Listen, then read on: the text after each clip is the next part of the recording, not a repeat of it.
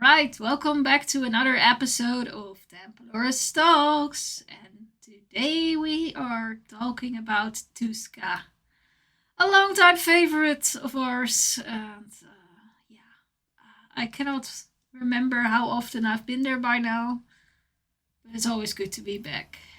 Many times. Yeah, of course, what was it last year or the year before they announced that they are changing the program to target more younger audience.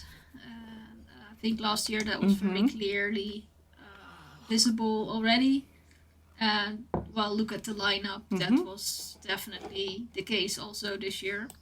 But we also were lucky to see a couple of good old classics and stable factors in the lineup. Ooh. All right. My trip was kind of hectic and, as always, way too short. But in this case, really way too short. I arrived, went straight from the airport to the accreditation pickup, dumped my stuff in the hotel, and then went to my home away from home on the rocks. For everyone. Because what is a trip to Helsinki without a visit to On the Rocks? Impossible. It's home away from home, right? So, yeah, for people who have never been in Helsinki, it's the best rock place in town. Metal place, rock place. There was a band playing at that evening, but I was just meeting with friends. So I didn't go to see the band. And that's okay. Because I had enough ahead of me. Yeah. Enough bands coming back out. to bed and straight to Tuska after that. Yeah, well, I again missed Tuska. So if there's any band ever going to listen to our podcasts or people that know bands, just get me to Tuska. Yeah, I won't mind. I'd like to have my zombie sister along with me again because It sort of started in Tuska. For us, yeah. The zombie. It is a Tuska. Yeah, the zombie stories. Indeed. Yeah. So. All right. I've seen I think 30 something bands in Tuska, almost 40, I think, even 40, 42 in total, if I count quickly. Insane. So I am not going into every band into details because that's. But we have to discuss a few at least because I'm curious about a few bands. So. And I think also, let's face it, with the schedules that they have, it was simply impossible for me to stick around long for all the bands. Yeah. So, for some bands, I don't have that much details. Yeah. So, let's go. We start on Friday. Horizon Ignited was the first band that I've seen on the main stage. And, it was a good opener, I think. Quite aggressive. This band was very eager to play, and somehow they look like I've seen them before. Yes, I was thinking the same. I don't remember if I did, but seems kind of impossible because I haven't been in Finland for ages, but it seems like I've known. I think it's because that one guy with the red hair, and I was looking back at my pictures thinking I've seen this band before. Because he was so interesting to watch the way he was headbanging. I was like, whoa, it's just something. If you see it, you're like, And that's interesting that we're talking about a guy headbanging, and that makes me remember them, but a heavy sounds, bit of melodic into it. Kind of liked it as an opener. They were doing well. I think they will show up on our website a little bit more often in future. That's to say. then I quickly went to the indoor venue, which I always like and hate at the same time.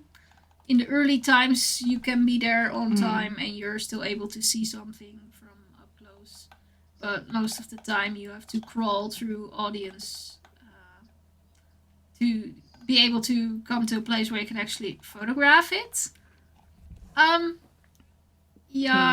Let's say that when you book younger audiences, bands, that's also results in a bit more mosh pits, which make it sometimes a bit harder to get in. But okay, for the first band it was quite calm still. The band Dol, or however they pronounce it. I kind of liked what they did. The guy looked familiar to me. I think he was in some other band before. It was quite raw sounds. I liked the bassist very much in that. He seemed to be putting in some heaviness in the sound that I really appreciated from it. So later on, this guy was also be found in the audience, also the next day actually. But that has a story to do with some British people that I will tell on day 2.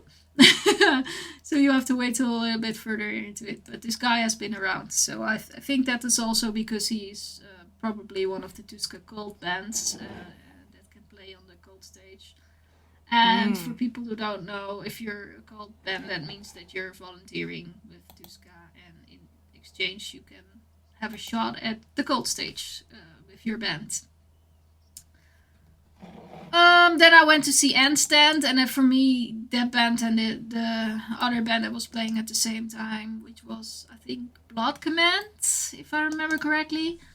For me it was like a bit, which one do I go to? So that was the one that was up for the voting, and I think Endstand won. So I went there. Cheerful guys, very powerful sounds. I liked what they did, but I must say, do I remember them long after that? I don't know. I liked their energy, that they were going all over the stage. They surprised me with that, because when I was first listening to the music in advance, I was a bit like, this seems like a band that I might not enjoy too much photographing, too generic or something. I don't know if that makes sense. But they surprised me with their energy, so that was good. Can I call them a band that stood out? Probably not. Yeah.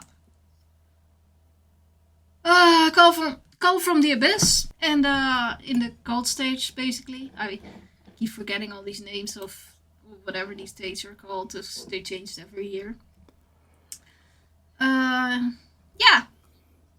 I saw them quickly, did the pictures, went out, basically. Not gonna get into too much details on them. There's some more review on our website where you can see where I put a little bit more effort into it, but yeah. Back to the main stage, the band Knocked Loose was playing there. Ooh, I was so disappointed by this band. Apparently they have a lot of fans, and I don't know, there was... Yeah? I felt like some sound issues, in a way.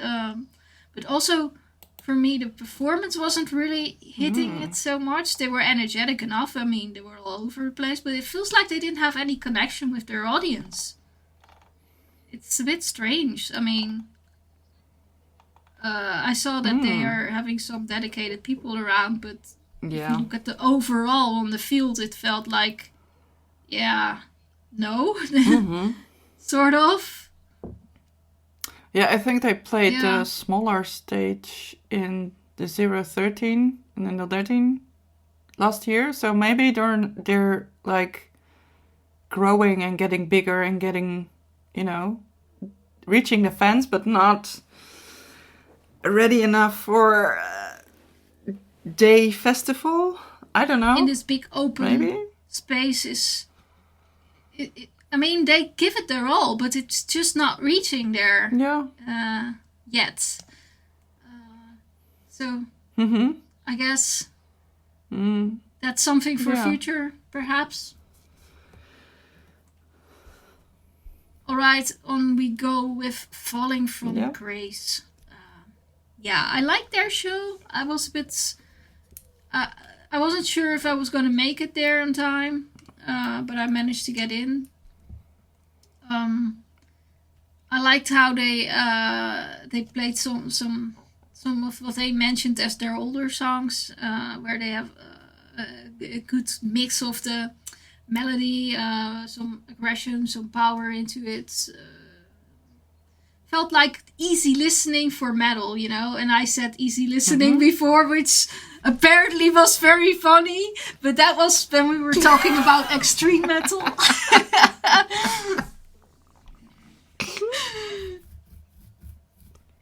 I can't remember. Easy listening, extreme metal. Oh god, that was Endocians, wasn't it? Yeah. No, but this band is just simple. It has the melodic death feel to it, so it's easy to pick up on, and you follow along easily, even if you don't know the songs. So, but yeah, that was nice. Then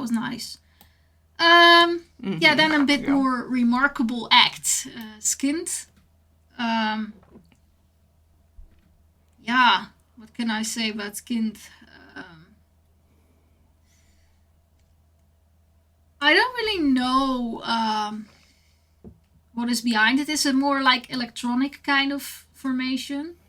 Or I'm not sure if it's officially a band or a solo act person that brought some people along. I'm not sure what's the deal with them. But it is interesting how you at some point hear a very sweet voice and then in very rough, deep voice. And then the lyrics can be quite about dark murder kind of thing. So you're like, okay, that's interesting. Some kind of gag or something. All of the members are interesting as their own. I think the drummer and the bassist slash electronic dude, whatever he did, all together. They are having the masks on, and then the vocalist was a very remarkable person in their theatrical movements. I liked it for the photos, definitely. Would I like it for the music? I think I have to listen to it a bit more. And one way they reminded me slightly to Mindless Self-Indulgence, which is a band from way back. Or maybe some other bands from Finland, actually, industrial bands. But on the other hand, they also had a bit more of a poppy feel to it. So, a bit of a stranger today, I think. But they were quite popular, and I heard a lot of positive feedback from audience on it. I think everybody agreed that the vocals were just amazing, because going from one end of the spectrum all the way to the other is like in 1 second. That was interesting to watch. Not everyone can do it. I quickly popped in by this Finnish punk drive-by, whatever they were called, Vaquero, drive-by band, whatever. I think I went there in for 2 songs and I had to jump out already for the next thing. So I was just really fast. And then, of course, we had to go to see Cradle of Filth. What was it like? Download Festival was one or 2 weeks ago, where Danny engaged, got engaged. Yes, we discussed that. And I think this was the first show after that. So what happened? What was it? The first song, I realized already, something is wrong. You hear like big beep going through the voice, and you're like, ooh, nice. That's a bit annoying. Yeah, Danny Filth was not amused. He sort of run up to the sound guy and start like pointing and shouting at his microphone. Then he went back to singing some more, and it was still not good and going wrong. Then he almost threw the microphone to the guy and grabbed some other microphone. It was, yeah. I remember saying to one of our sister magazines, so to say, like the photographer, like, whoa, he is so angry. But I think also, he wasn't really pissed off that the sound chilling with a wasn't cup of tea then. as he hoped for. I think also that brought me back to the moment we discussed how I interviewed him, and that I said he is very professional and pays so much attention to the details. And I think that's his character, and that shows here that he gets so upset when something goes wrong that he was like, burst out. I did not, I was only 3 songs in the photo pit, but later during the set, it started raining heavily, pretty badly. So I found cover somewhere, and during the set, Danny actually fell down pretty badly because he was landing pretty much next to a pyro, which what I found out later was about to go off, but they managed to stop it in time. So, yeah, always count on your pyro guys, I would say, to have your back. Wow, it was really bad. Definitely. I later heard also that they had some different equipment than they usually use, so makes sense that things were a little bit different. Yeah, definitely not the best set in his life, I think. But I liked that they always kept going and kept the flow going, you know? You could definitely see the annoyings, but also how they fought through it and went on and still made the best of it. And I think that's, they did very well. Yeah. Yes. And also that works out, because that's not always the professional case. Side of it, you know? Yeah. Because they I don't think that everything got solved, but in the end, it got decent enough. And I think it was good to see them again. I enjoyed that a lot. Yeah. What did I see next? Oh yeah, Enemies Everywhere. Nice. And now that I talk about them, I kind of forgot about them already. Yeah. Sometimes that happens. Yeah. Yeah. Yeah. Sometimes that happens. Yeah. Yeah. I remember that they had a pretty full in the cult stage, and it was pretty crowded. So for me to get up to the front to be able to take pictures was really hard. But for every single band that I wanted to see, I made it happen. I did not give up anywhere. Not even for Ivor on the last day. But yeah, I also couldn't stick around very long because Bambi Thug was playing after it. And yeah, that was quite something. I think I already showed you some pictures before they were that's online. The thing. Yeah. Yes. I already saw them before. I think they played somewhere in the Netherlands as well. Or Paaspop perhaps or something. Yeah. I saw the pictures. The thing is, so I think that's why I also choose for you to go there. Regards to her, but I thought she was American. I don't really understand why people were talking about that. It was some Finnish people around me that were saying that. I think also someone when they were announcing her, they mentioned something like that. But my Finnish isn't that strong, so I have no idea. what it was exactly about. So electronic sounds, pop music, basically. There's nothing else to discuss. There's no metal in this. Absolutely not. Yeah, sure. She wears something black. She has black hair, but that's that's the closest thing to metal it is. Let's say it like that. And you really are watching a pop show. She has two dancers along who have interesting outfits with tentacles on their head. I'm not sure what the fuck, but okay, it looks interesting. That entire show was very erotic, and that's also the songs kind of what they are about. So you could see. Yeah. It sells. It sells. Yeah. Let's just continue to the response of the audience, who got extremely horny from this performance. Okay. Horny. Let's just say it was raining outside, so I was staying around in the tent a bit longer.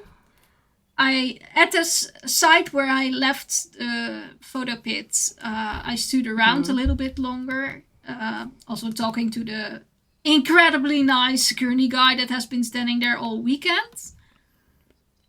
And yeah, no, he was like super nice.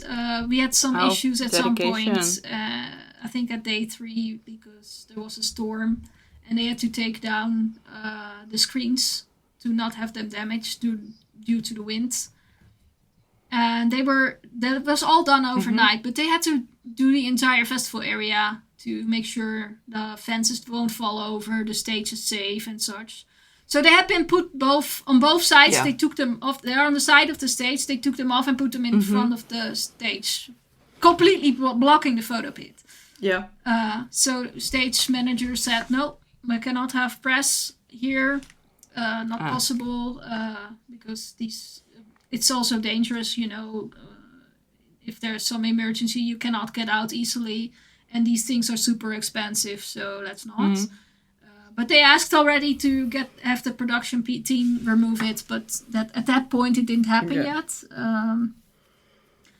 In any case, apparently in that first song of that band that was playing, they had removed it already, and everyone else went their way to some other stage. But that guy had been going into the audience to look for us, to say that we could come in and take pictures. And I found that so incredibly sweet. There's nice people out there, In any case, back to the story. Horny people. I was standing on the side there. Definitely. At some point I noticed some guy grabbed his girlfriend and dragged her into the corner. It was totally going on there. And I was just looking a bit from my side eye to see it happening, because it was quite aggressive the way he dragged her along. And I was like, is she okay? Turned out she was okay. Very okay. That went on, and I was like, whoa. They're really doing this, huh? And then that guy was on the other side of the fence, but he could look through. He saw me looking, and then he went up to them where they were standing in the corner to stand right next to them to make sure it didn't happen. So they left again. They went back in the audience where they made things happen there. And then I was like, okay, I moved a little bit. At some point, I see them going back to the corner again. And I was like, okay, I'm staying out of this. Moved a little bit further in the audience where some other couples were having things going on.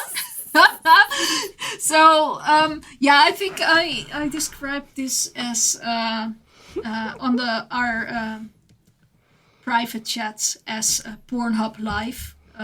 And I think that's pretty much my conclusion of their set. Because people just want to watch it to get horny and get things going on, Musically, I can understand, because it's not super technical, great. But it is a show that's interesting to watch. I enjoyed it to watch. Definitely. But if it was without sound, it would have been fine by me. So yeah, Bambi Thug.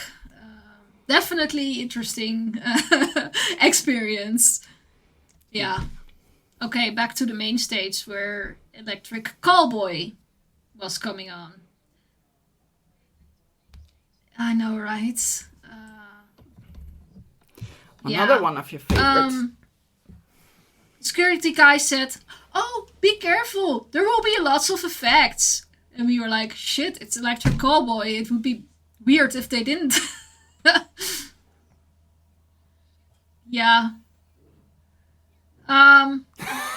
They had a...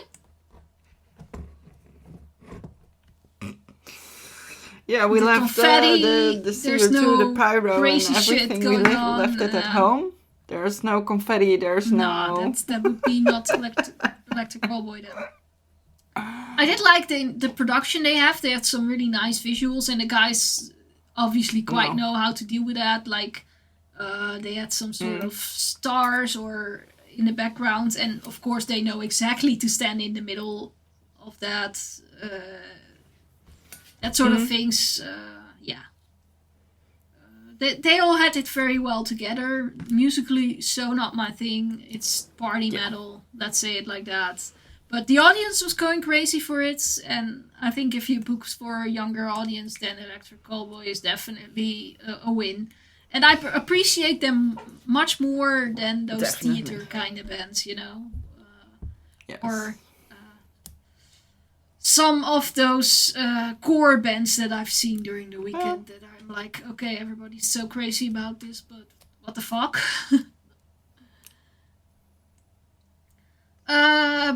Then I think I went back to the inside for the Tuska called the Bokassa. Interesting enough, not. I thought that I would not like it so much, but I liked it quite well. A band that has quite an energy with it, but doesn't go overboard with it. I think the way they balance everything out was very well thought. I think personally, next time I would see them, I would like to know their songs a bit better. Yeah. Because then I think you enjoy their music simply a little bit more. And you can get more out of it. Because I think here and there, you need to find the details in their songs. And it's really hard if you see it for the first time to catch that. So, yeah. But I'm sure that they will cross my path again. Yeah. And maybe one of the bands that I liked most of this day was Imminence. And yeah, I mean, of course. I'm kind of curious about this one.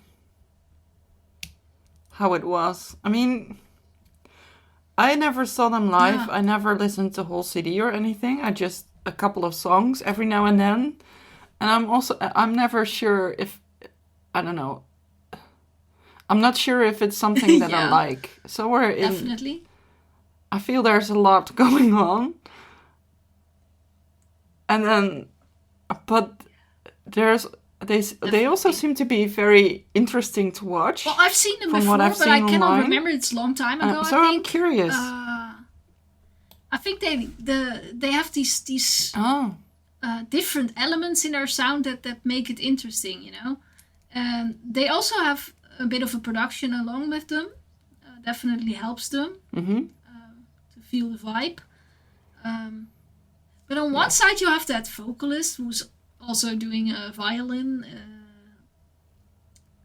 He's quite wild and quite in your face, comes close and seems to have a good connection with the audience. But then, for example, there's some of the other band members that are so in their own worlds, doing their own thing.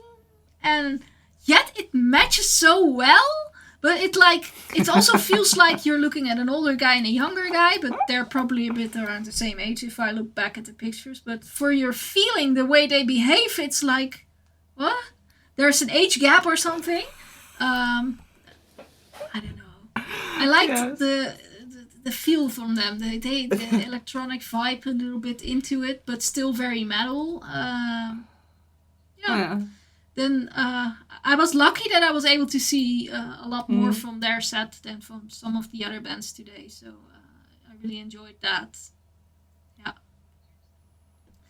And then the headliner of today, luckily, we do have some good old classics, as I said before, for old farts like me. Yeah, compared to the target audience nowadays. Old farts. Fuck that. I'm a year older, you know. I know, I recently had the same experience, you know. No, nothing changed. Yeah, so headlining In Flames. Yeah, of course, we recently saw their amazing set at South of Heaven. In Flames. Must I say, is this equally awesome? No, definitely not, because crowd surfing is illegal in Tuska. And for today, people listen to that. So, at least for In Flames, I didn't see much of that. So, that's something. Yeah, I think they also played a slightly different set. I liked sometimes they were talking a little bit, but it seems like everyone was just having a good time. Yeah, I think show-wise, that was pretty similar to the South of Heaven sets. It's not like they have different lighting or different stage setup or something. So basically the same. But for the vibe, yeah, the energy from South of Heaven was just so much more because you could do more. And the Tuska people had to were kind of like a bit like more like watching it and not going that wild for it, even though there were mosh pits and such. So yeah, it's just different, and that has to do a lot with culture and simply the area where they are playing at that point. But it was still a very nice set, and I think that it shows how steady this band actually is, that no matter where they go, they can play an amazing set. And they proved that. So I really enjoyed that. Last band of the day for the actual show. I did go to the after party, of course. How could I not? Because then there's...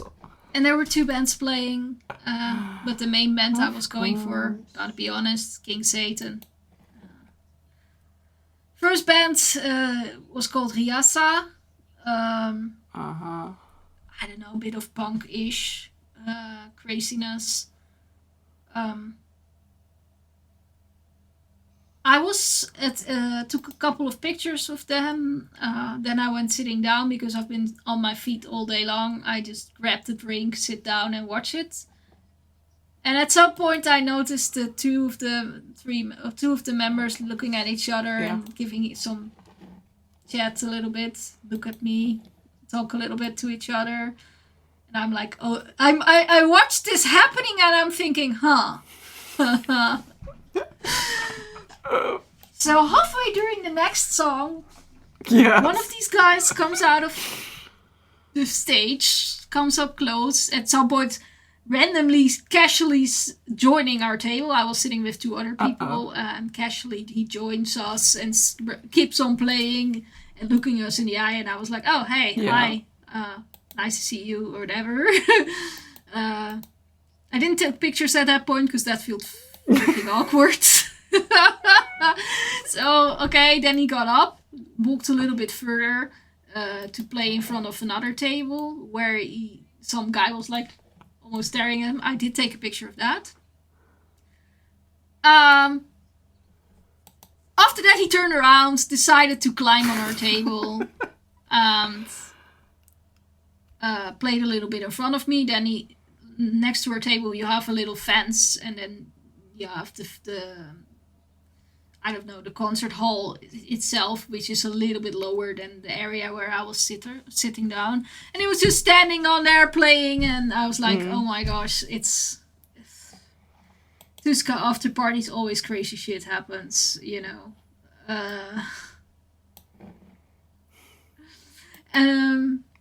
Yeah, and this was just some sort of short summarizing of the whole event. I think if you were there, it was a lot more funnier than hearing it from it now. Yeah. Now, King Satan, I mean, if you've heard the last podcast for half a year or so, you heard that I interviewed them for the Christmas series. You heard that I saw them in January when they were on tour with Tourmi and Keitelot. And I think I also told how they got cancelled, because having King Satan as a name makes, Christians angry or something. So people tried to cancel some of his social media, I think, sort of, if I understood all that. And now they were in the Tuska after party. Lots to enjoy for me, because I like their music a lot. It's crazy, it's chaos, it's industrial, and that all these things together are usually a good win for me. A good show. Basically, if you've seen the show before, all the elements are there. Yes. Just as the same as on the tour that they did with Tourmi and Keitelot. So, yeah. But then it's nice to watch it again. I really enjoyed the set. It was very fun. I was quite up front. Let's say front row. And that's what you have to do in this venue to get decent pictures. But also know that this band has, at least the singer has kind of the reputation of leaning over the front row, basically. So that was kind of like, sometimes I was like, had to back up a little bit, you know, too close. I like that craziness. This band is made for the bigger stages, and they will reach it at some point. Let's just face it. I like it. Yeah. But then I ended up sleeping around 4 o'clock or something, because Tuska after parties end late. That's how it is. And yeah, let's just say I didn't have that much sleep in the nights before either, so imagine my second day of Tuska, when at least I had to get up early enough to be there at 1 o'clock when the doors were opening. I made it in time. First band that was playing was Arion. We saw them before in Tuska. We saw them in Into the Grave. Melodic power metal band from Finland. I must say, did they grow much from the last time we saw them? No. They stick a bit on the same level, which was somewhat disappointing to me. I would hope that they would gain something to that. But, of course, it's still a good live act to see. As an opener, it was really nice. I think a lot of people came to see them. They had quite a full field in front of them. So, yeah. And I also like that they have pyros along with them, because as an opening band, you usually don't bring pyros. But they did, and I was thinking, that's just so awesome that they just feel like headliner material. Let's bring the pyros! Yeah. I don't care that it's 1 o'clock in the afternoon. Let's bring the pyros. Yeah, I like that attitude. Just go for it. I went to see Bisa. Yes, me too. Alternative metal band from Finland in the cult stage. So probably a cult band, I don't know. What did I think about them? Yeah, pretty cool. not super interesting, as in like this band is something I will listen to very often at this point. But it's very often that there's starting bands in this place, so yeah, it's good to have seen it once, and I'm curious to see how they will develop. So for the next time, I expect them to be better. To the main stage, where a super Finnish act was playing. Timo Rautiainen and Trio Niskalaukaus, if I say something like that. I've seen them countless times, always at Tuska. They're, I think, even announced as one of Tuska's house bands. Yeah, there's more that can fit that team, but they also, yeah, definitely. Yeah, I like to watch it. I think for the younger audience, this band was kind of like not a thing, but for the older generation, this was kind of like, yes, this is finally something nice between all the core and the electro and all that stuff. So yeah, something different, good. I liked a little bit of change. I went to the tent after that because we had Charlotte Wessels playing there, and you guys were very clear that I was supposed to see Charlotte Wessels. She was known from The Lane, of course. She's Dutch. We've seen her countless of times. Yeah, so now she's with her solo acts. Yes. It was interesting. She had some green dress kind of thing on with ice on it. And she also had the ice on the hand. I saw it with weird eyes. I was like, this is so weird, those eyes. But then I thought later on, like literally like 2 bands later, I was thinking, oh, maybe she meant it as a butterfly or something. Because if she opens her arms, it hangs kind of nicely in bows or whatever. Yeah, no, but because she also had it on her hand, I was thinking like, yeah, that looks a bit like butterfly-ish or something. I don't know what her vision is on that. Yeah. Yeah, sort of. Yeah. I don't know. Something with the wings of a butterfly? Yeah, I think Charlotte has brought a couple of experienced musicians along. The songs are well composed. She did very well. A lot of people came to see her, and yeah, good. It's not typically the kind of music I enjoy listening myself in my spare time, but I cannot say anything bad about her. It was a good show, good composed song, good performance, well thought. 10 points. 12 points. 12 points. Yeah. Wow. Who knows? Someday. 12 points. Wow. Yeah. Well, she is playing in Dynamo. Maybe. You can come. Oh yeah. So after that, I went to the cold stage again, and I was early, so I was standing with my back against the fence. Some British people have gathered around me, and they were talking. They were making fun of Finnish people who not pronounce English names correct. And I was like, okay, this... Can we turn it around, please? I can understand where they're coming from.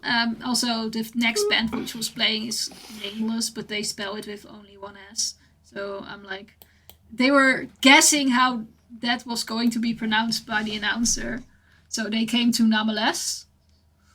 But then they start like calling other bands up and gave it a wrong pronunciation. Charlotte Wessels was pronounced as Charlotte Weasel! Yeah. And I could not stop laughing after I heard that. That was just too funny. Yeah. If you guys ever hear this, cheers, guys. I laughed my ass off. At some point, they found this guy that was playing in one of the bands on the day before. They saw him walking in the audience, and they were like calling him to give him a drink or something. But that guy was looking with fear in his eyes when they called for him, and they were like waving him like, come, come, come. And then he was like total fear, walking up and being like, hello? And they were like, yeah, cheers, nice seeing you again, blah, blah, blah, here's a beer. And he was like looking at that beer like as if they just gave him a can of poison. Well, I mean, with the Finnish like drink poison. Prices, I can imagine it's not common that people hand out drinks to strangers, but sure. It was just a very funny way of having these people going on. And then this Finnish band still had to start, and there was already such a mood in the area where I was standing. Like, everyone was laughing so much because of these people. Yeah, it came complete when some other group of people showed up, which apparently have been friends with these guys. They had some sort of hats on with arrows pointing to their heads. Like, oh, now you can find us in the crowd or something. Like, sort of like this pointing thing. I was just thinking, like, I don't know, but this is so weird.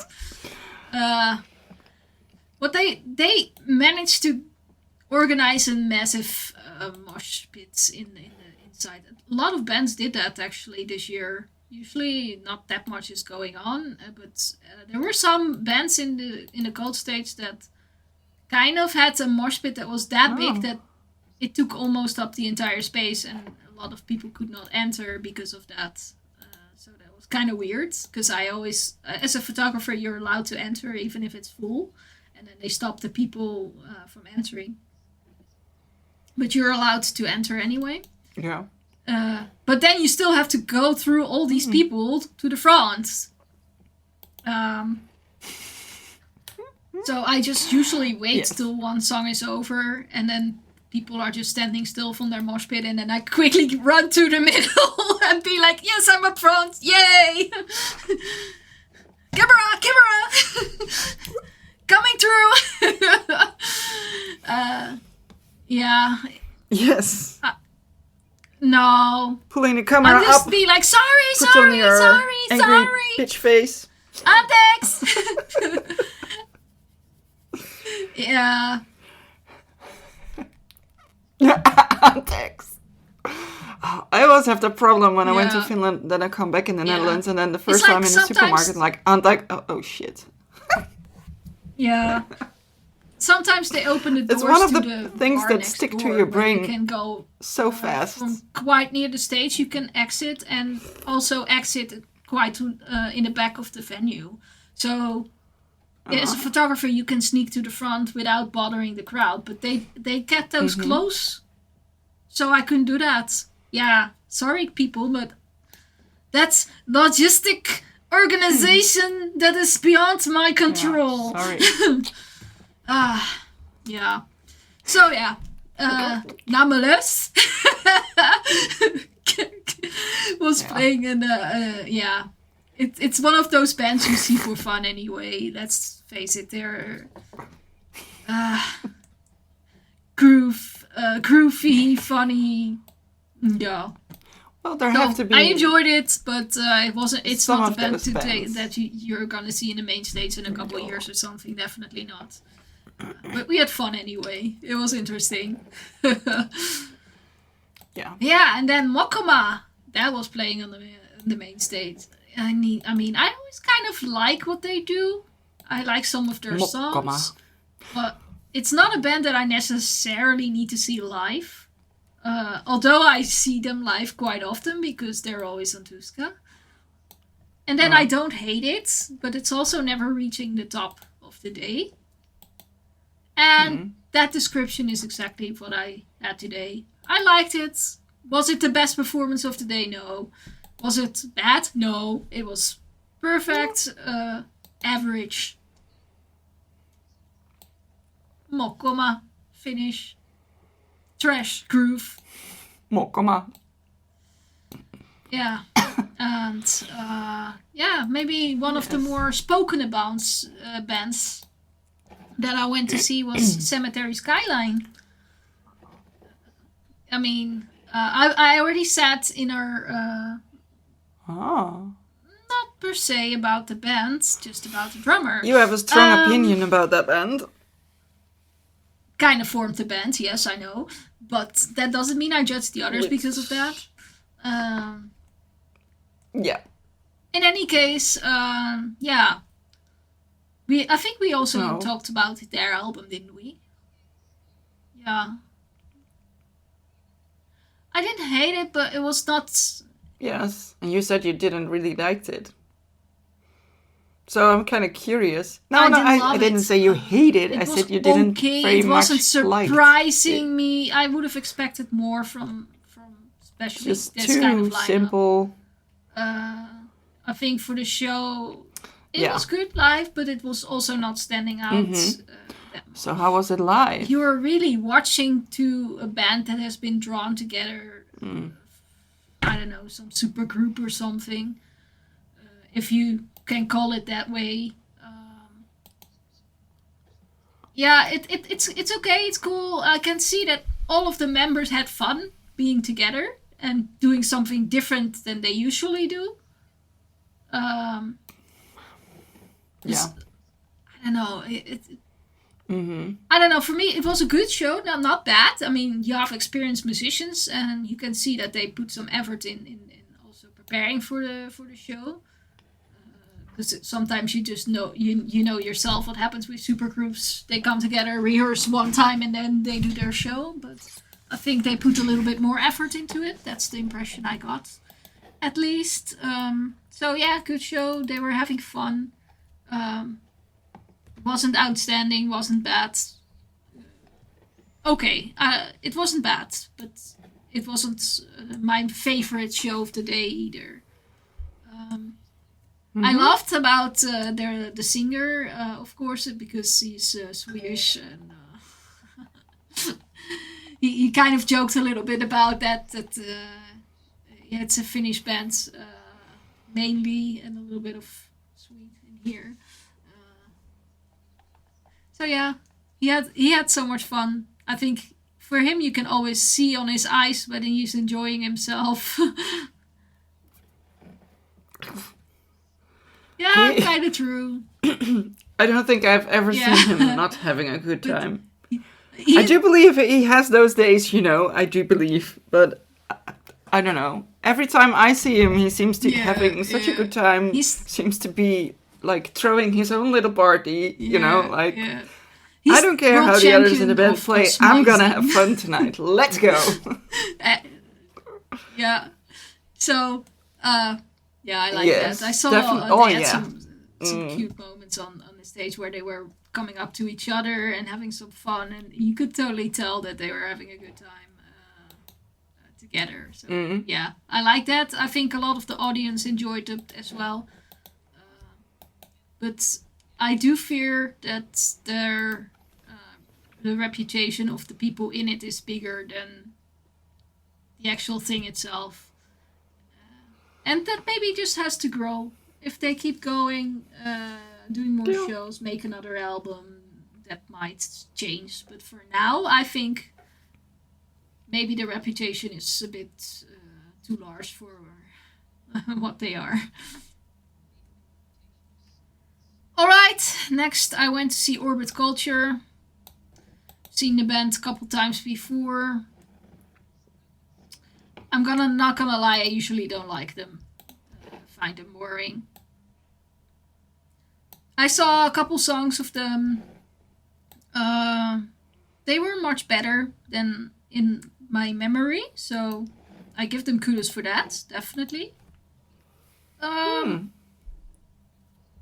left... I don't know. I think... Haven't they been touring with Trivium or something? Could be. I think they've been recently on tour with quite a big... I think they probably... I think maybe even Bullet for My Valentine and Trivium. Yeah. And I think Orbit Culture. So they might have gained some experience in... Yeah. I think... You know, doing the things. They were probably also touring with Avatar. To make you like it a little bit more. I did leave their set to see one of the bands in the cold stage after this. But when I left that band again, they were still playing, and I watched a little more. And then they had the vocalist of Avatar joining in for a song. And of course that makes sense because the guy lives in Helsinki. I saw that. I already spotted his wife because she's also a photographer / journalist in the photo pit. So I was like, oh, okay. That makes sense then, right?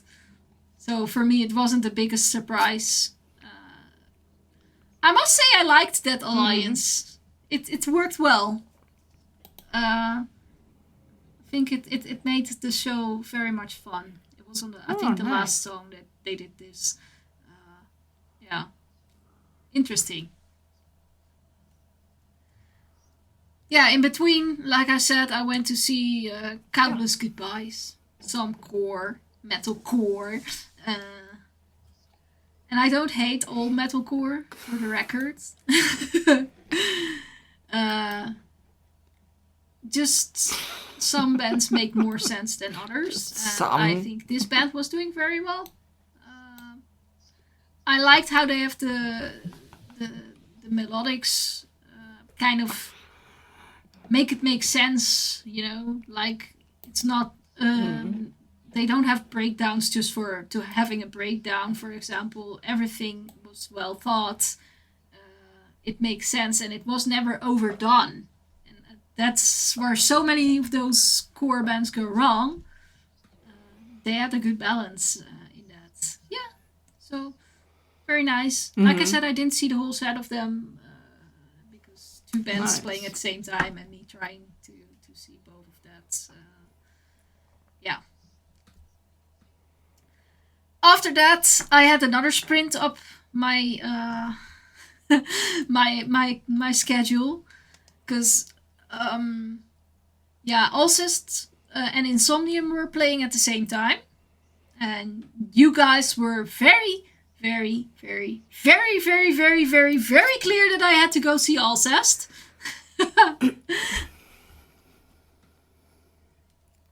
Possibly. Okay. I think there was only one person that voted for our Insomnium. previous podcast. So, you guys were very clear about that. But 15 minutes after that, I was playing, and I kind of know one of the two people in that band. Because I wrote about previous acts of his well, I say his, now everybody knows.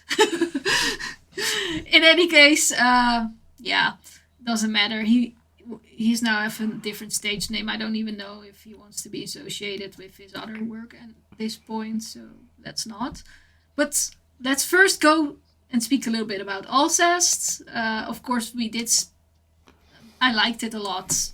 Definitely very good show. Yes. But I always liked their music. From the first shows that I've seen of them, I always enjoyed it. Nice. So I wasn't surprised that I really liked it. Of course, from a photography point of view, they're not the most interesting to see. I had some fun shooting the drummer. No. That's where it always comes down to me.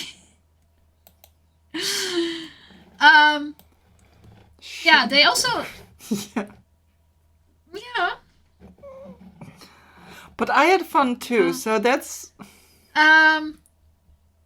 more. Yeah, so they had a good set, a little bit different from the South of Heaven set. So I was kind of waiting for this one song that they played second in South of Heaven, and it didn't come in the first three songs. Which means I have missed it because I had to go to the other band.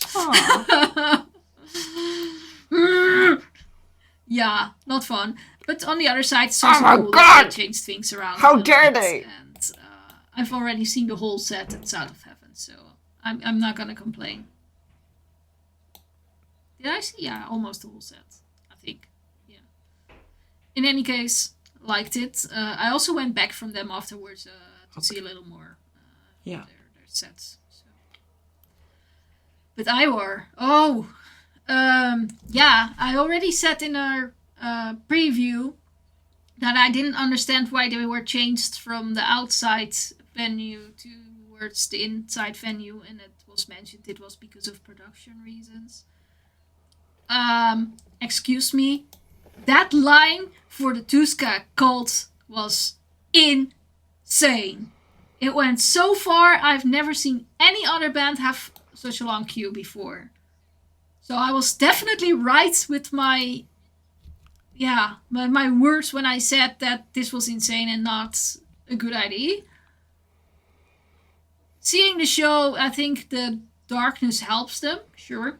Mm-hmm. So maybe that's the reason why they chose to change these bands. Makes sense, because they have a very dark, stroboscopic lightning. I went to see Alcest first, so I had to take and wait a couple songs before I could manage to come up to the front, because people were not letting me through. Eventually I made it. There was one of my photographer friends who skipped the other two bands and went for a front row place for them. She complained I have not one single picture because of their strobos, and I couldn't see what was going on my screen, and everything is out of focus. Yeah, that means your camera cannot catch up with the light and focusing. So I told her, yeah, I understand. You need to focus by hand. Yeah. Yeah. So that's that. They have this Viking war trance thing going. I think if you've seen what's the name? The Ritual bands before. What were they called? Heilung, yeah, that one. It's pretty similar to that, basically, just Heilung. with a bit more synths into it. So, for me, after a couple songs, I got a bit bored. It's just not my thing to be in this kind of sound too much.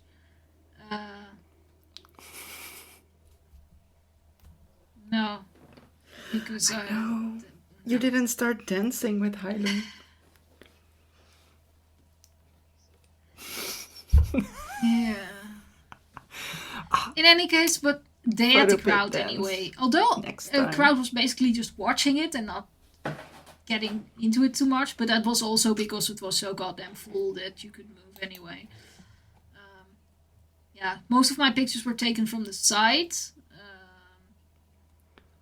I managed to take good pictures because of my persistence and my ability to focus by hand, but that was like the way they had the smoke and the strobos, and for the rest it was either all red or all blue or all green, you know.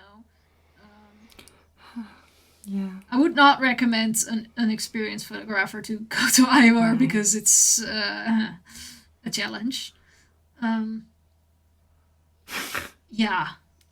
It was interesting. I think that they definitely brought something else. If I had to compare them to Heilung, I think I liked them a little bit more, because I also the way the synths were done and the vocals from the guy for me are very recognizable because I knew his earlier work, which is also why I found out they like very fast after even the band existed that, hey, I know who's that. Very recognizable if you know the previous work. So for me that was at least fun, and which is why I stood that long inside. But after a while I realized this is not my kind of music. There's a shitload long queue outside. I have to get out of here to give somebody else the opportunity to see it. So I left. went back to see a little bit of Alcest some more. Yeah. Because what's the point in me standing there just because it's crowded, taking up space where somebody else could really enjoy it. So I felt it was the right time to leave after a couple songs and left them to it. And then, oh no, Slaughter to Prevail. Yeah. There was a lot of protests for this band already on forehand. Of course, frontman Alex has a quite a questionable reputation. Allegedly, he's homophobic, whatever, Nazi or whatever. Allegedly, let's say it like that, because I have absolutely no way of sense or interest in finding out whether this is true or not. There are some other people who make their life decisions to follow and investigate on that. The guy's About Russian. those things. Yeah. That was already a reason for people to come protest on forehand. Some newspapers wrote about this and the shame of Tuska for having this band. Yeah. I photographed their set, but I was after that I was already again into a bit of a rush to get something to eat and get back inside after the people left Ibar because the next band was playing there, which I will talk about after this. Yeah, so their show, there were some big fans that were going crazy for the set. There was big mosh pits. I think I don't necessarily like this show too much. I don't think it's diverse enough for me. So I get bored with it, basically. The protesters were standing in the back with, I think, 3 or 4 Ukrainian flags and some raised middle fingers towards the stage. I think that was a nice way of showing protest without bothering other people too much. So I think that was all fine. Let's say I have enormous hate for people that are protesting and bothering other people with their protests. I have zero tolerance for people doing that. But this was very well done. I think they made their points because it was absolutely no way that this guy missed those flags. It was very obvious. If you look from the stage towards the crowd, the guy had seen it. Whether he cares actually gives a shit, I don't know. He did. I didn't hear him respond to it. He did as he did. And on the same time, the people who wanted to enjoy the set could totally do that without being bothered by the protesters. So, well done. Point made. Alright, after that I went to see Royal Sorrow. And I got a special invitation for their show by their manager, who is also one of the hosts of Tuska. So I was like, okay, I'll see if I can fit it in the schedule, and it fits. So I went there.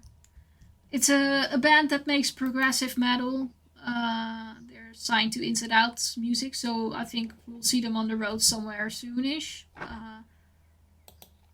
Definitely something different from all these other bands that I've seen around.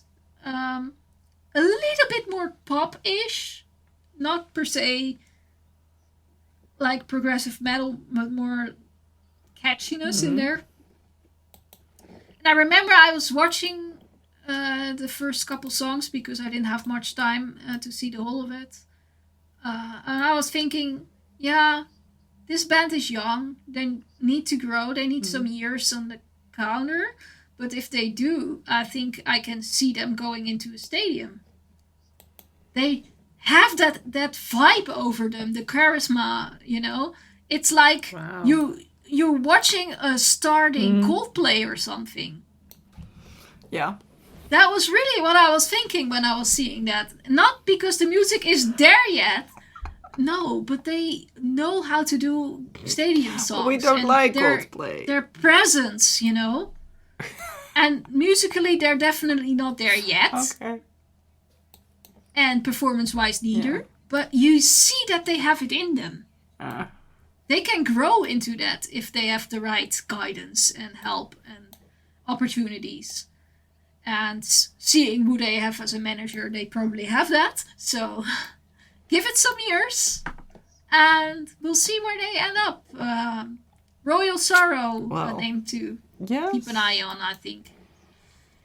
We will definitely hear more of them. Remember. And yeah, that was the beginning of my Red Reese. Because I could see them for 15 minutes and then I had to rush towards the other stage where the Halo Effect was playing. Now, funny, didn't we see that guy before here? I felt like deja vu. Yeah, same singer as Cemetery Skyline, if you haven't picked up on that yet. Yeah. But more going towards the classic mellow death from Gothenburg, typical sounds, kinda. Not the same as Dark Tranquility, but kinda like in that vibe. Not too far from that either. Yeah. I must say I've seen exactly 1.5 songs of it and then I had to rush off because 5 minutes later then the Halo Effect Throne was starting. And people in the votes were very clear that I was about to see Throne. But since the opening of the photo pits were quite favorable for running around between those stages, if you have a little gap, I was like, let's just do it so I can see a little bit of the Halo Effect. And later on, I quickly walked back to see a bit more of both sets. So like I said, it was a bit running back and forth all in short time. I can't say too much about the Halo Effect because I saw them the least. These are experienced people, so you know already from the first song that whatever they're going to do, it's not gonna be a bad show anyway. Let's face that. And then Throne, a band that I really liked at this Tuska Day. I think definitely one of my highlights. And that they are a Swedish metalcore band. See, I don't hate every core band. I definitely don't. No. But in my recent talking, you could have drawn that conclusion. And that's not the case. Yes. What I like about it is that they also had a bit of a new metal feeling into it. I liked how intense they were. It was going back and forth and going from left to right over the stage. You had to be really fast to catch up on it. The guy wouldn't stand still. The way the light was done was very... It was almost stroboscopic, but it wasn't. But it really added to the experience of the music. It wasn't annoying me. It was like, okay, this is done at the right pace and everything. It works. So I kind of liked it. And it just everything fell into place. I must say there were enormous amount of people watching that show. I mean, when I left that photo pit, it was, whoa. Like, people were watching it from far, far, far outside of the tent. Like, that. This band could have been main stage, although I doubt that they would have had the same impact because they like the darkness definitely helps with their show, so to say. yeah, so I was amazed with the amount of people who went to see Throne, especially since the Halo effect was on the other stage. And of course, Singer of Dark Tranquility is usually drawing in the people anyway. Not that he had an empty field, not at all. Quite plenty went to see it, but I would have expected that the balance would have been different in a way. So yeah, Throne was definitely the surprise of the day, I think, for me. Yeah, last but not least for today was Powerwolf. And gosh, did we see them like 2 weeks ago? Yeah.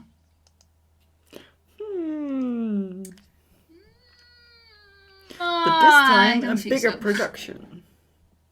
No, I think maybe even smaller. No? Yeah, less pyros, I think. Smaller. I don't know. But furthermore, yeah, I think we discussed that some of that seemed a bit choreographed and that they don't have freedom to walk all over the stage. Let's just say if you take 3 songs to photograph and you photograph the same 3 songs and you keep in mind that they're gonna do and stand at the same places. Get the same things. Well, I could definitely say that at the same moments in the same songs, they were in the same places doing exactly the same things. Of course, there's always some differences in how they are responding, but let's just say that it was very predictable. But then again, Powerwolf has a lot of details. There's so much going on with their show that even if you've seen it before, there's still enough to see. So you can watch it anyways. I kind of had a bit of fun because there was some photographers that were new. One girl from Italy specifically, she came into the press area and started asking a whole lot of questions to the press lady, and I was like, oh. When that woman escaped from the questions, I was like, oh, hey, you're new. So I kind of took her along a little bit during the festival. I took her to see the stages already in the beginning, and she said she was coming for Powerwolf, and I was like, oh, did you know that 2 weeks ago we were officially not allowed to shoot them because of the pyros? No! I was like, yeah, well, later on we got to do it anyway. It depends on the weather and blah, blah, blah. I was like, oh, and then all the time I was like, oh, we didn't get any email about Powerwolf yet. So she was a bit like anxious about whether she could shoot them. And I was like, no, it will be fine. And eventually, of course, we got to shoot them. And she was like, happy. I'm like, yeah, wait for it. There goes the pyro. She was like standing basically next to it, and it goes like all the way up. And I'm like, yeah, kind of. This is what I was talking about. Anyway, we had fun of that thing. And I was also, because they already announced that the next day they kind of expected a storm. I think the last time I saw Powerwolf at Tuska, you were there also, maybe. I'm not sure if it was you who was along with me, but they had to remove all the siding from the stage back then because there was too much wind, and some of the siding actually ripped off. And that was during Powerwolf set. No. In any case, they had to remove that during the Powerwolf set. They had to take things off because it was too dangerous. And now Powerwolf played and they announced the storm and the wind, and then they had to work all night to make the festival safe for very windy conditions for the next day. So I told that girl, see, it's Powerwolf. They're bringing the storm all the time. She was like, no.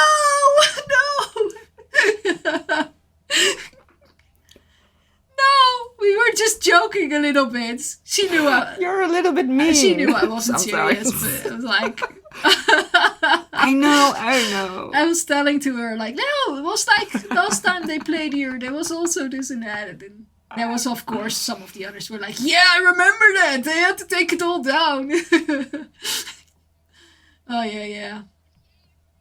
So, yeah, that was interesting. I didn't see any after parties after that because I was exhausted and I didn't like per se the bands that were playing. I've seen them before. And I've seen enough core, so I was like, I can skip that for now. So let's go to the last day with the storm. Like I said, I arrived. The band I was tasked by people to see, and also I wanted to shoot myself, was Cyan Kicks, but yeah, their photo pit was kind of blocked, so we were running off to the other stage where Havakruno was playing. They do a little bit of melodic black metal. Yeah. Liked what they were playing, but yeah, the atmosphere was totally gone because the back of the stage was removed because of the storm, so you were literally looking at like kind of bluish sky behind it and buildings and such, and I'm like, yeah, the black metal vibe doesn't really come alive in this scenery, you know.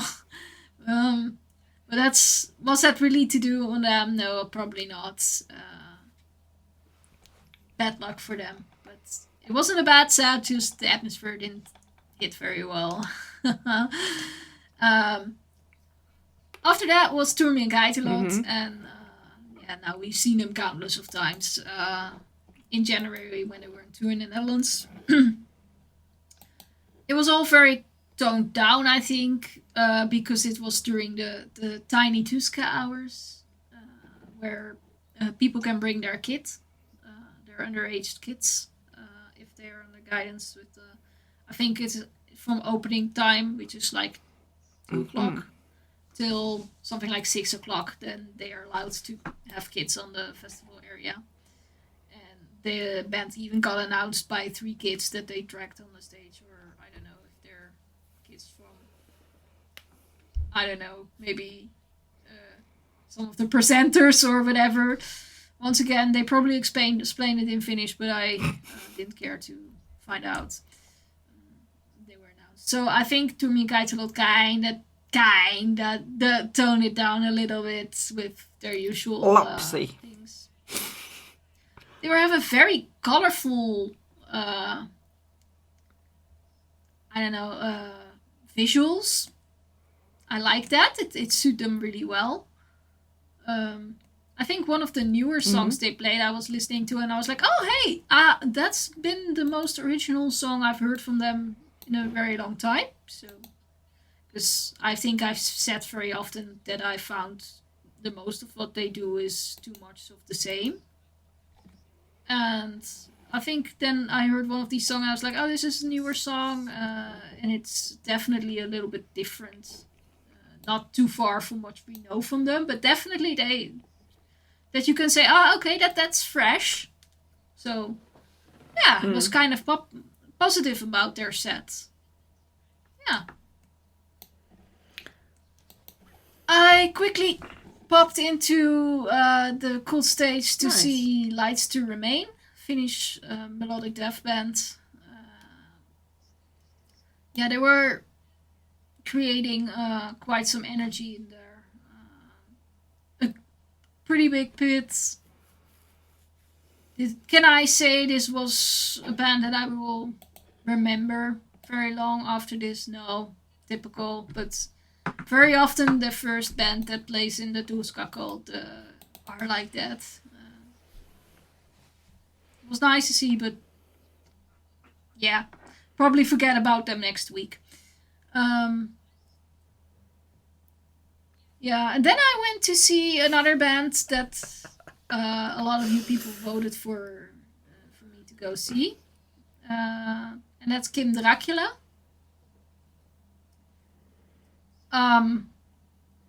Think a little bit of Marilyn Manson. Think a bit more. I don't know. I would say more poppy, but that doesn't cover the load at all.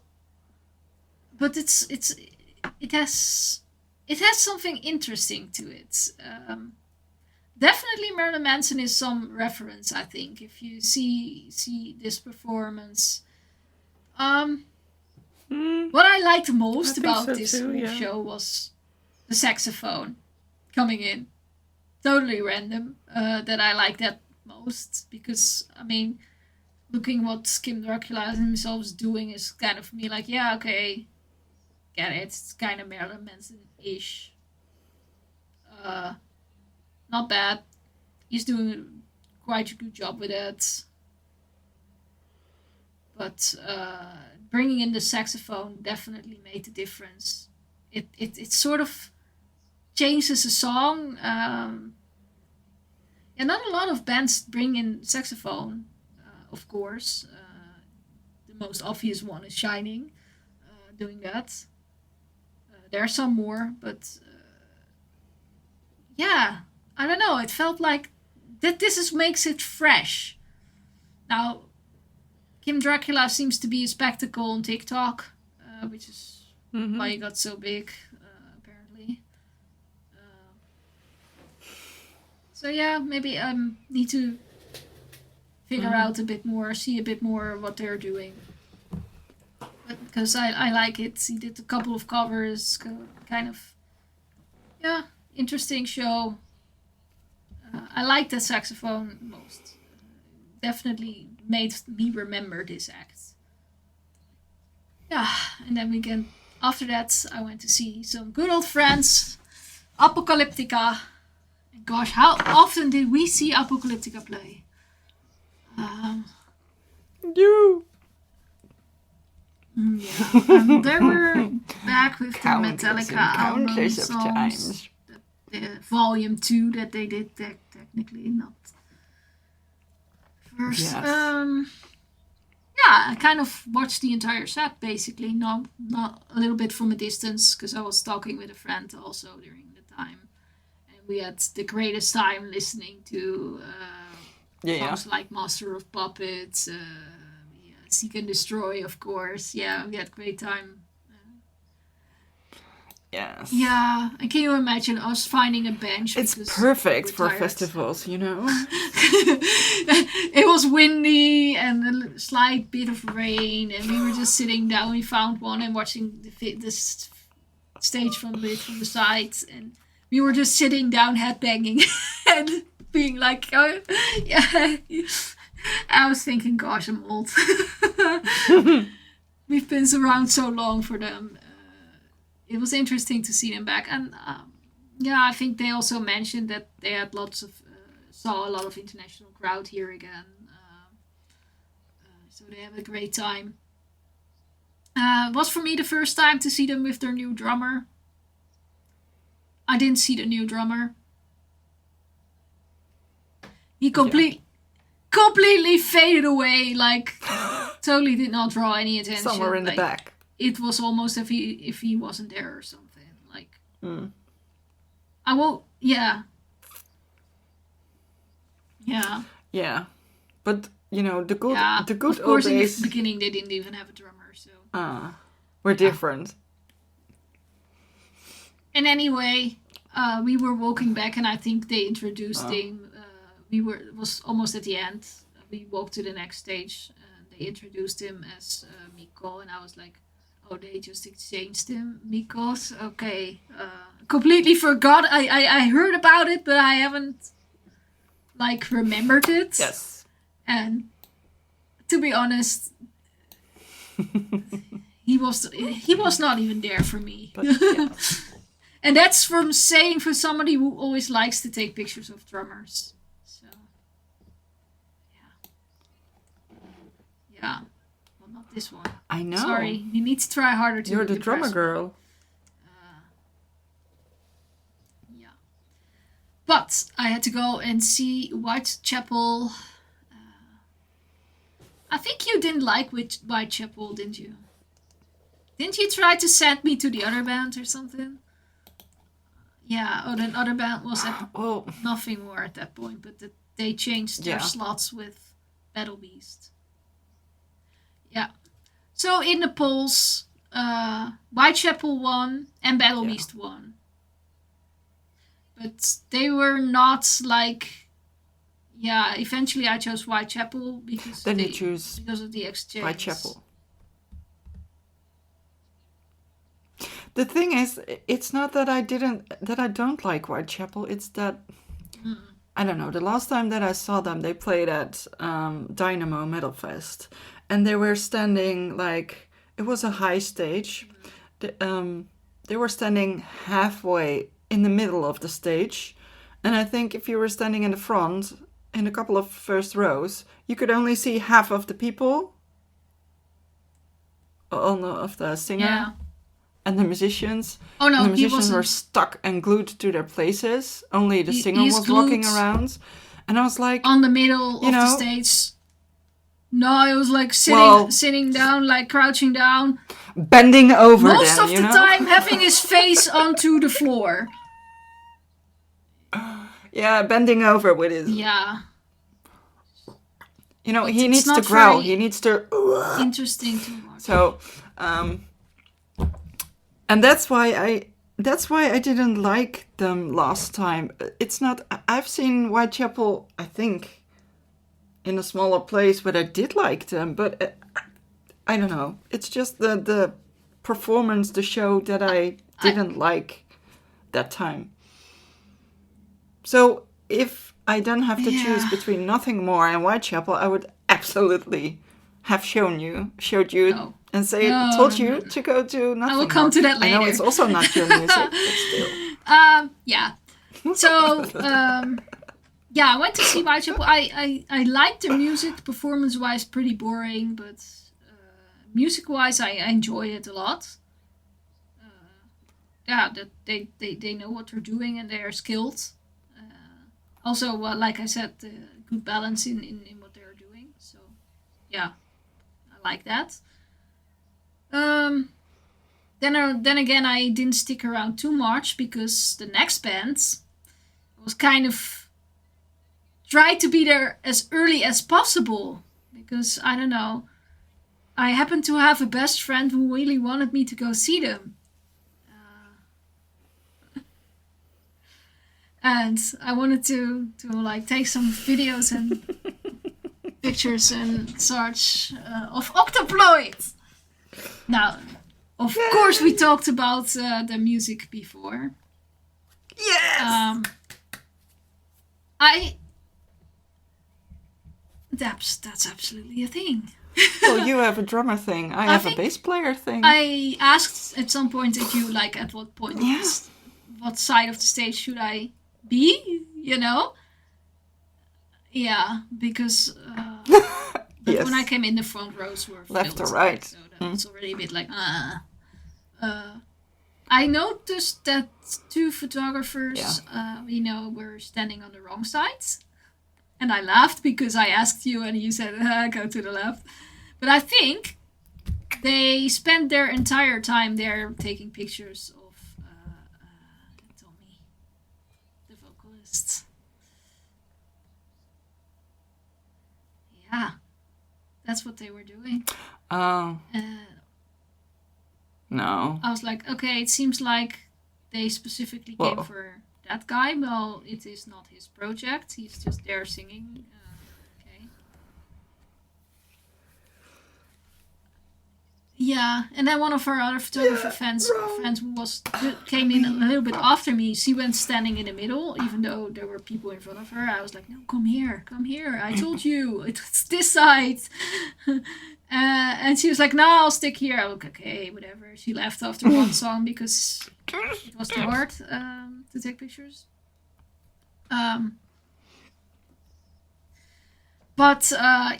I found a good viewing spot of bassist Ollie.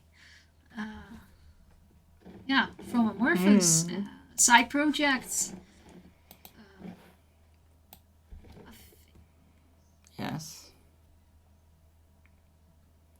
And then you have to stand in the spot of Yeah. the bassist, because bassist it's player very doing their groovy. own thing grooves more. It was not something I disliked, and I think we discussed the music already before. I said I didn't hate it. I think also because Tommy's putting his vocals in there, it makes it very, very deaf. Coming in. Yeah. Then there's this guitarist guy with the way he looks and his clothes. I like the mix. You're like, dude, you're now more like you just walked away from that 70s show or Spacing something. out. Like, yo. Are you really going out on the street like that? Yes. Yeah. Hey, good for him. He seemed to have the greatest time being on that stage. Probably. So good for him. And he was actually very good at what he was doing. So that was very nice. I think the festival... Can't remember that. It's been too long. I think he was in Barren Earth as well. Yeah. In any case...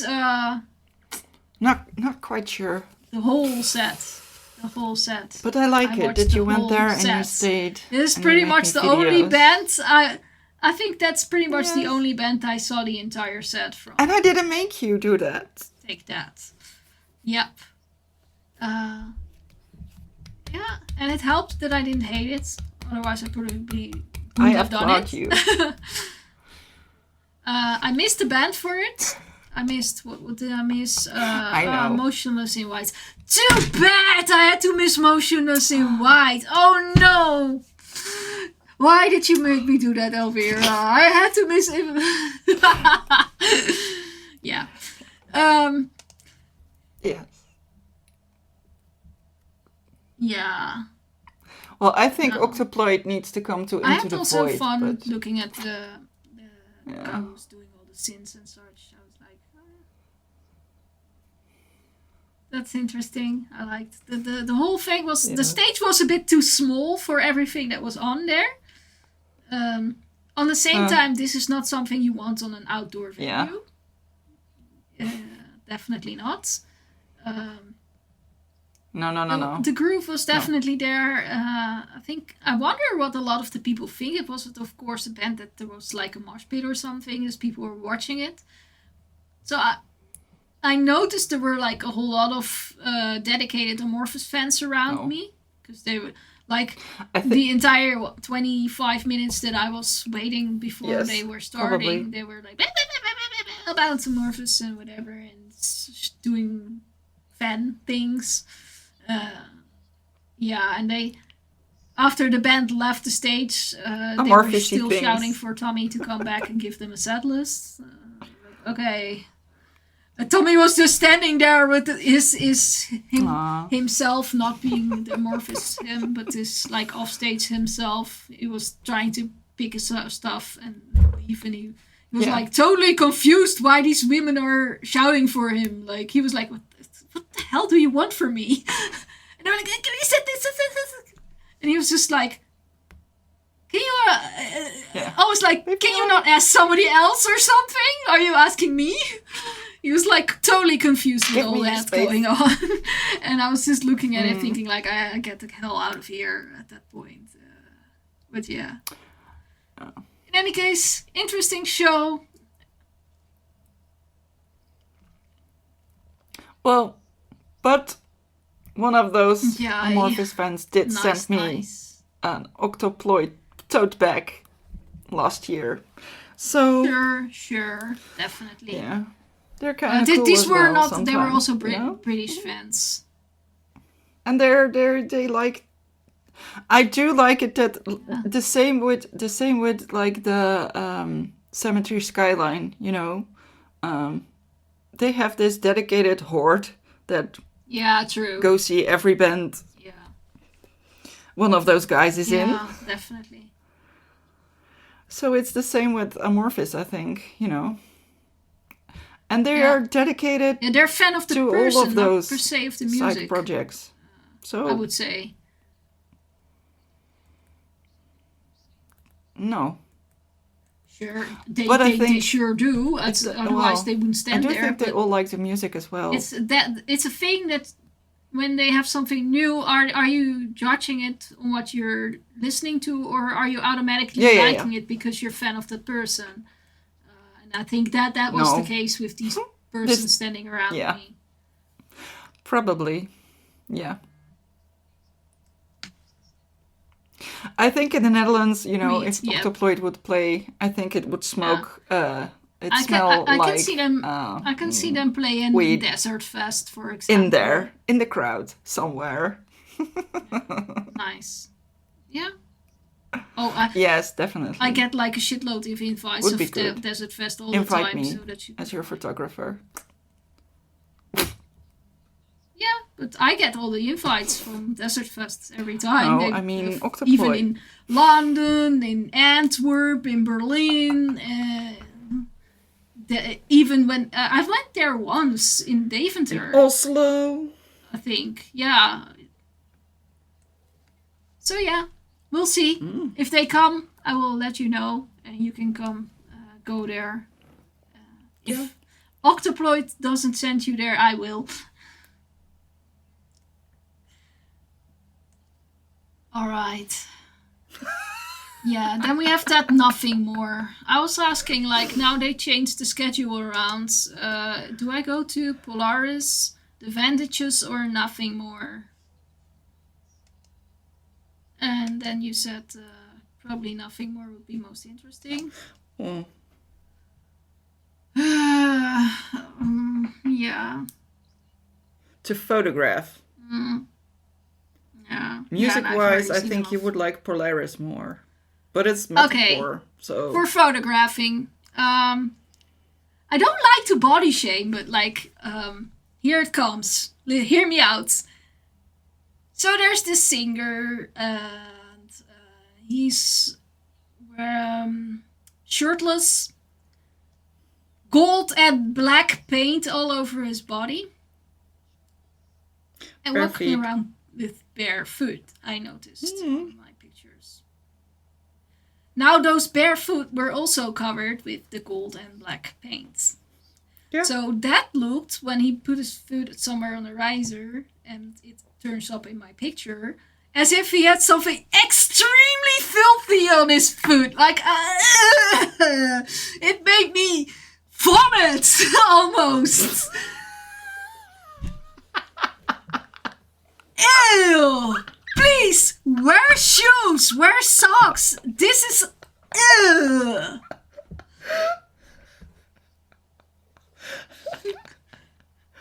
Yeah, laugh about it. Sorry. So that. Yep. Yeah. Like I said, I don't like to body shame, but please cover those feet up. Yeah. Okay, music-wise, definitely not my kind of thing. Way too poppy. Yeah, I knew that. So I'm not gonna go on to much of I already that. said that to you. Performance-wise, it also didn't help that they have the open backing in the stage because of the wind, I guess. Maybe I think their performance was quite generic. Yeah.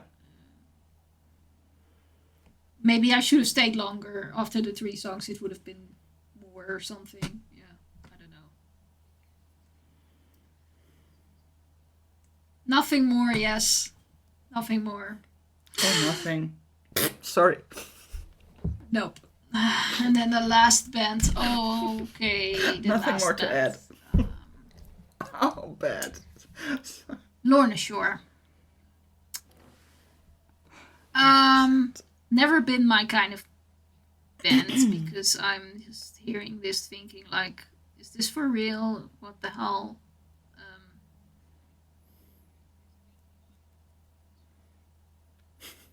I have to think it's the same with Yeah, Metal kinda like.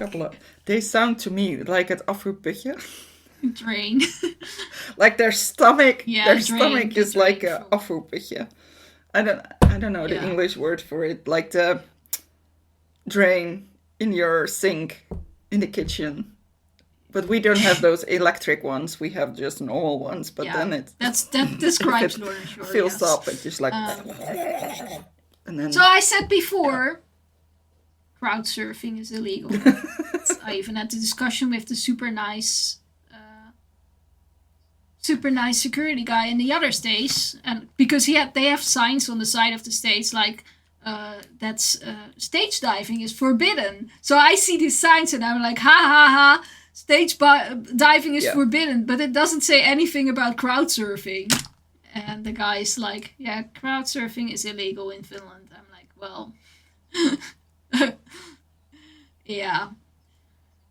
So first song, Lorna Shore went on. Second song, I think Summer went on quite well, and then the guy starts talking to the audience, says like, "No, where's my crowd surfers at?" So there's like 4 security guards in the photo pit because in Finland it's illegal to crowd surf. So why do you need any security people there, right? The catching crew, yeah. Catchers.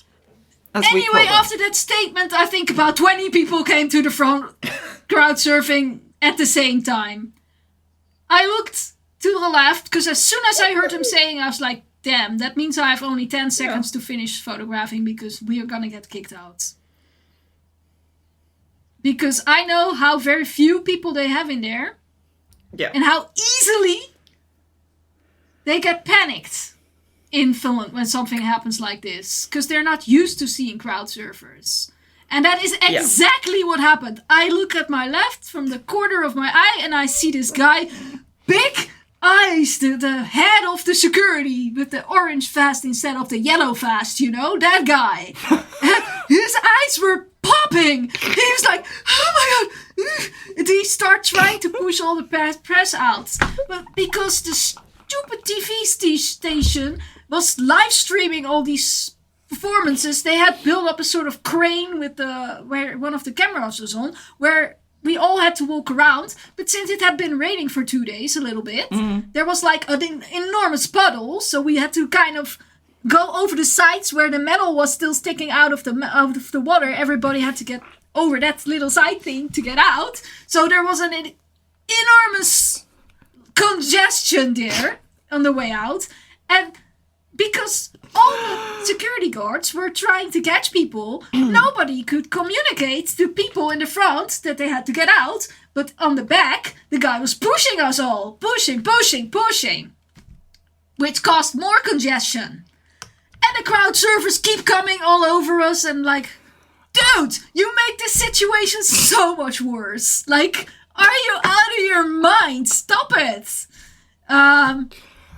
He was completely in panic. Eventually, we all came out and everybody in the press was like, this was so unnecessary. So unnecessary. Like, what the fuck? That was dangerous. Yeah. Yeah. I think I went to get my stuff from the press area and I was like, what the fuck? Everybody was angry and be like, what the hell? Are they crazy? Yeah. There were some things that gone wrong that were kind of rookie mistakes, I think, in festival organizations. So I wrote that as a feedback message to the organization. They responded quite fast the next day already to state basically that indeed crowd surfing was illegal in Finland.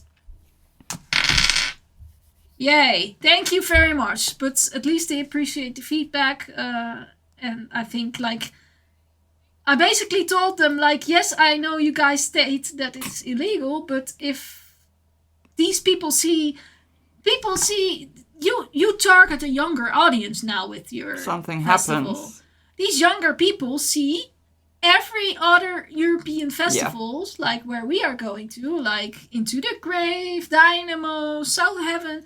They see shitloads of people go crowd surfing. And they were expecting that at the end, somebody catches them, puts them on their feet, and they moving. Crowd surf. I know. I went crowd surfing with 3 other photographers, and we got out like chip chip chip to No the front, problem. chip chip chip chip on the ground. Here's your camera, hold it nice. Of course. There you go. And like We're gonna do it again at Dynamo.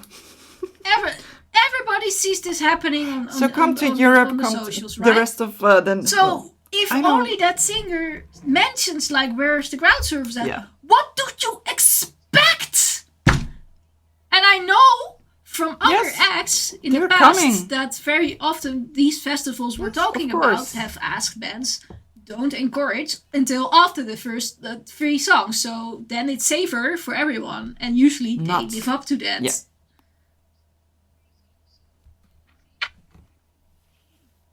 Yeah, but most of Yeah, the time or they're forbidden to say like anything these, about crowd surfing. the bands that I heard Yeah. talking about that on our festivals, let's say like that, some of them said that they were told wait till after the third song before encouraging people. So yeah, I wrote all of that, and I was that response like, yes, crowd surfing is illegal. I'm like, I don't care if it's illegal. You still need to have a plan, because what are you going to do when 20 people are coming at the same time? Like, for fuck's sake. Insane. Yeah, so in any case, we've been talking a bit back and forth about it. I think the attitude of the festival was very well and nice that they responded this way. Listen to the suggestions. I think it's very stupid to simply state that it's illegal, because what are you gonna do? I know that also during some other shows people have been crowd surfing. I have had several requests of fans asking me whether I photographed them when they were crowd surfing, because they saw me posting pictures on social media, and they approached me like, oh hey, do you have any pictures of me, because I was crowd surfing during this and that before. And all of them said, yeah. After that, I got kicked out of the festival. They got their wristband removed and had to get out. So I'm like, you can do that, but like, these people don't care. They still ask for pictures, and they're like, let's go, I had an amazing time. If you have a headliner on the last day, does anyone care if their wristband is gonna get cut off? Like, in one of the last songs, Nope.